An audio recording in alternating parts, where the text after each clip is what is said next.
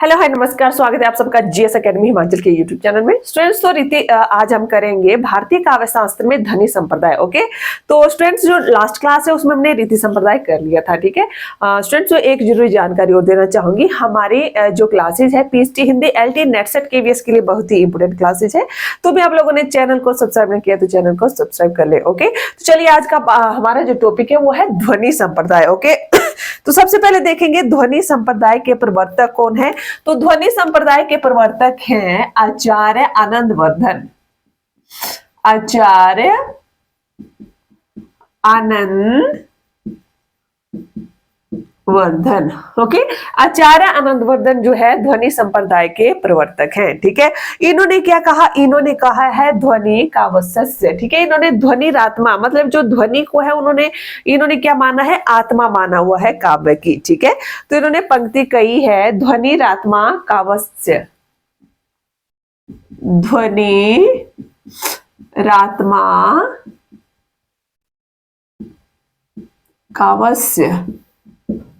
Okay, और आनंदवर्धन की इस परिभाषा ध्वनिरात्मा काव्यस्य की का जो मतलब समर्थन किया है, उसके इसके जो समर्थक आचार्य है देखिए कौन कौन है। तो इसमें हो जाएगा, एक है अभिनव गुप्त है, मम्मट है, वो जगन्नाथन है। अभिनव गुप्त, मम्मट व जगन्नाथन। ठीक है, इन्होंने जो है आनंदवर्धन का समर्थन किया हुआ है। ठीक है, और देखिए ये जो ध्वनि सिद्धांत है, इस पर व्याकरण के स्फोट जो सिद्धांत है उसका प्रभाव है। ठीक है, तो नेक्स्ट बहुत ही इंपोर्टेंट पॉइंट है ये, व्याकरण के स्फोट सिद्धांत का, व्याकरण के स्फोट सिद्धांत का अप्रत्यक्ष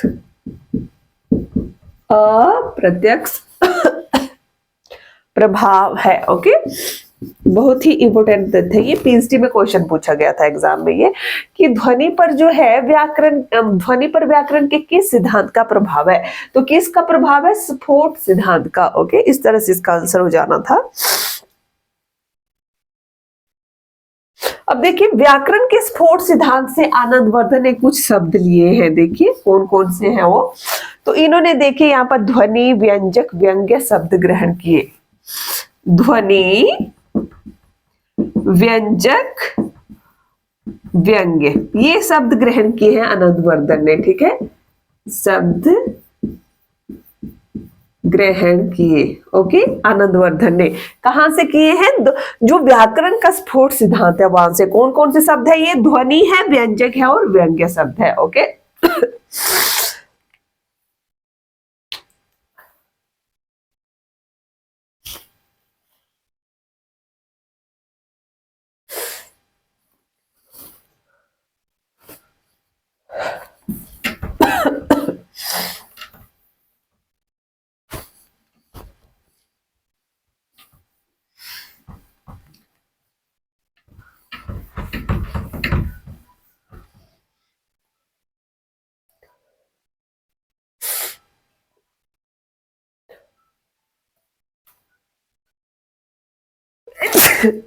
सॉरी सॉरी।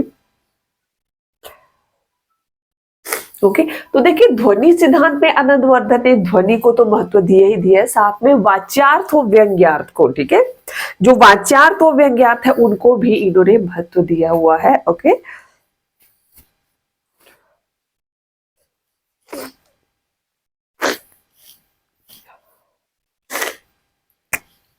वाच्यार्थ व व्यंग्यार्थ, वाच्यार्थ व व्यंग्यार्थ को इन्होंने महत्व दिया हुआ है। ओके, और वाच्यार्थ क्या होता है, शब्द से प्राप्त सामान्य अर्थ। ओके, शब्द से प्राप्त सामान्य अर्थ, ये क्या हो गया, वाच्यार्थ हो गया। ठीक है, अब जो व्यंग्यार्थ होगा वो क्या होगा, शब्द से प्राप्त विशिष्ट अर्थ। शब्द से प्राप्त विशिष्ट अर्थ, ये क्या हो गया, व्यंग्यार्थ हो गया। ठीक है,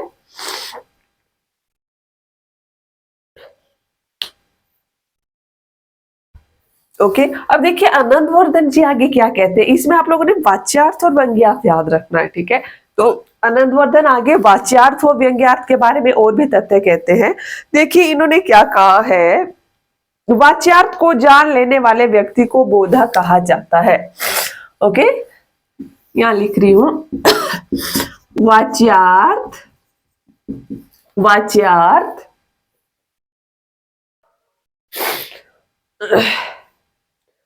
को जान लेने वाले, जान लेने वाले व्यक्ति को बोधा कहा जाता है। ठीक है, वाच्यार्थ को जान लेने वाले व्यक्ति को बोधा कहा जाता है। ओके, और व्यंग्यार्थ को जान लेने वाले व्यक्ति को सहृदय कहा जाता है। व्यंग्यार्थ को जान लेने वाले व्यक्ति को सहृदय कहा जाता है। ठीक है, तो वाच्यार्थ और व्यंग्यार्थ का आई होप आप लोगों को यहां पर पता चल गया होगा। ओके, नेक्स्ट देखिए इसमें क्या है। तो आनंदवर्धन ने आगे जो है ध्वनि की अनिवार्यता के आधार पर 3 भेद किए हुए हैं।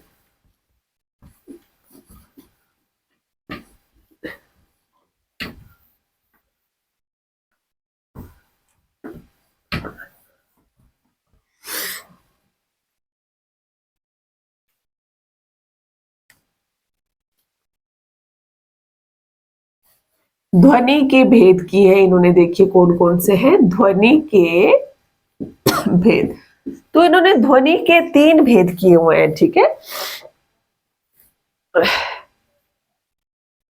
अब देखिए आनंदवर्धन के साथ आप लोगों ने ना मम्मट का भी लिखना है। ठीक है, आनंदवर्धन ने और मम्मट ने किए दोनों ही भेद, आनंदवर्धन, मम्मट। ओके, तो आनंदवर्धन ने देखिए कौन कौन से भेद किए। पहला है ध्वनि काव्य, दूसरा है गुणीभूत काव्य, गुणीभूत व्यंग्य काव्य। ठीक है, पहला है ध्वनि काव्य, दूसरा है गुणीभूत व्यंग्य काव्य, तीसरा है चित्र काव्य, चित्र काव्य। ठीक है, तो ये आनंदवर्धन के अनुसार है ध्वनि काव्य, ओके, गुणीभूत व्यंग्य काव्य व चित्र काव्य। ठीक है, अब मम्मट ने देखिए क्या कहा है, उत्तम काव्य, मध्यम काव्य व अवर काव्य। उत्तम काव्य, मध्यम काव्य, उत्तम काव्य है, मध्यम काव्य है वो अवर काव्य। ठीक है, वह अवर काव्य, ये मम्मट ने भेद किए हुए हैं। ठीक है, इस तरह से। अब नेक्स्ट तीसरा यहां पर हेडिंग देंगे आप लोग, व्यंग्यार्थ का चमत्कार किस तरह से माना है। व्यंग्यार्थ का चमत्कार, ओके, तो देखिए किस तरह से माना है। तो ध्वनि काव्य में वाच्यार्थ से अधिक है, वाच्यार्थ से अधिक, वाच्यार्थ से अधिक। ओके, वह गुणीभूत व मध्यम काव्य में वाच्यार्थ से कम, वाच्यार्थ से कम, गुणीभूत व व्यंग्य मध्यम काव्य में। ठीक है, और तीसरे में है यह प्रकट रूप में नहीं है, यह प्रकट रूप में नहीं है। ओके, इस तरह से माना है कि यह प्रकट रूप में नहीं है। अब देखिए ध्वनि काव्य को मम्मट ने क्या कहा है, उत्तम काव्य। ठीक है, गुणीभूत व्यंग्य काव्य को मम्मट ने मध्यम काव्य माना है, और चित्र काव्य को मम्मट ने अवर काव्य कहा है। ठीक है, अगर इसमें बात पूछी जाए व्यंग्यार्थ का चमत्कार जो है ध्वनि काव्य में जो वाच्यार्थ से अधिक होता है। ठीक है, और गुणीभूत व्यंग्य काव्य या मध्यम काव्य में वाच्यार्थ से कम होता है। ओके, ये मोस्ट इंपोर्टेंट पॉइंट बन जाते हैं यहाँ पर।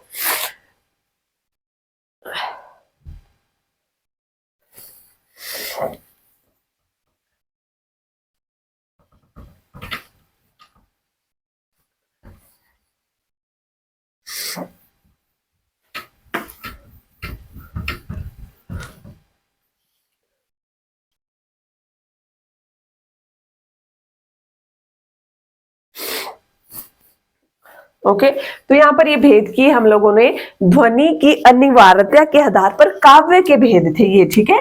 अभी जो हमने की ये क्या थे, ध्वनि की अनिवार्यता के आधार पर काव्य के भेद थे, इस तरह से हेडिंग देना है इसमें आप लोगों ने, ठीक है। आगे हम देखिए मम्मट क्या कहते हैं आगे।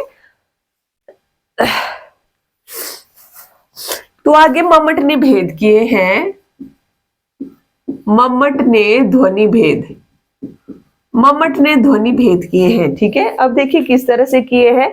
मम्मट ने ध्वनि के लगभग 51 भेदों का विवेचन किया है। ओके 51 भेदों का इन्होंने विवेचन किया है, पर मुख्यतः इन्होंने कितने माने हैं, 3 माने हुए हैं, ठीक है। तो कौन कौन से हैं देखिए, वस्तु ध्वनि, अलंकार ध्वनि व रस ध्वनि। वस्तु ध्वनि, अलंकार ध्वनि व रस ध्वनि, ठीक है। अब जो रस ध्वनि है, रस ध्वनि को इन्होंने असंलक्ष्य क्रम व्यंग्य ध्वनि कहा है। असंलक्ष्य क्रम व्यंग्य ध्वनि कहा हुआ है, ठीक है। पूछा जाता है एग्जाम में इस तरह से भी। रस ध्वनि को क्या कहा, असंलक्ष्य क्रम व्यंग्य ध्वनि इन्होंने कहा है, ठीक है। ओके अब देखिए आनंदवर्धन का क्या तथ्य है। आनंदवर्धन ने रस ध्वनि को ध्वनि की आत्मा कहा है। मोस्ट पॉइंट ये बनता है, आनंदवर्धन ने रस ध्वनि को ध्वनि की आत्मा कहा है, ठीक है। तो यहां से इस तरह से क्वेश्चन पूछा जाता है कि आनंदवर्धन ने रस ध्वनि को आत्मा कहा है, अलंकार ध्वनि को कहा है, या किसको कहा है, ठीक है। तो आनंदवर्धन ने रस ध्वनि को जो है ध्वनि की आत्मा माना हुआ है, ठीक है।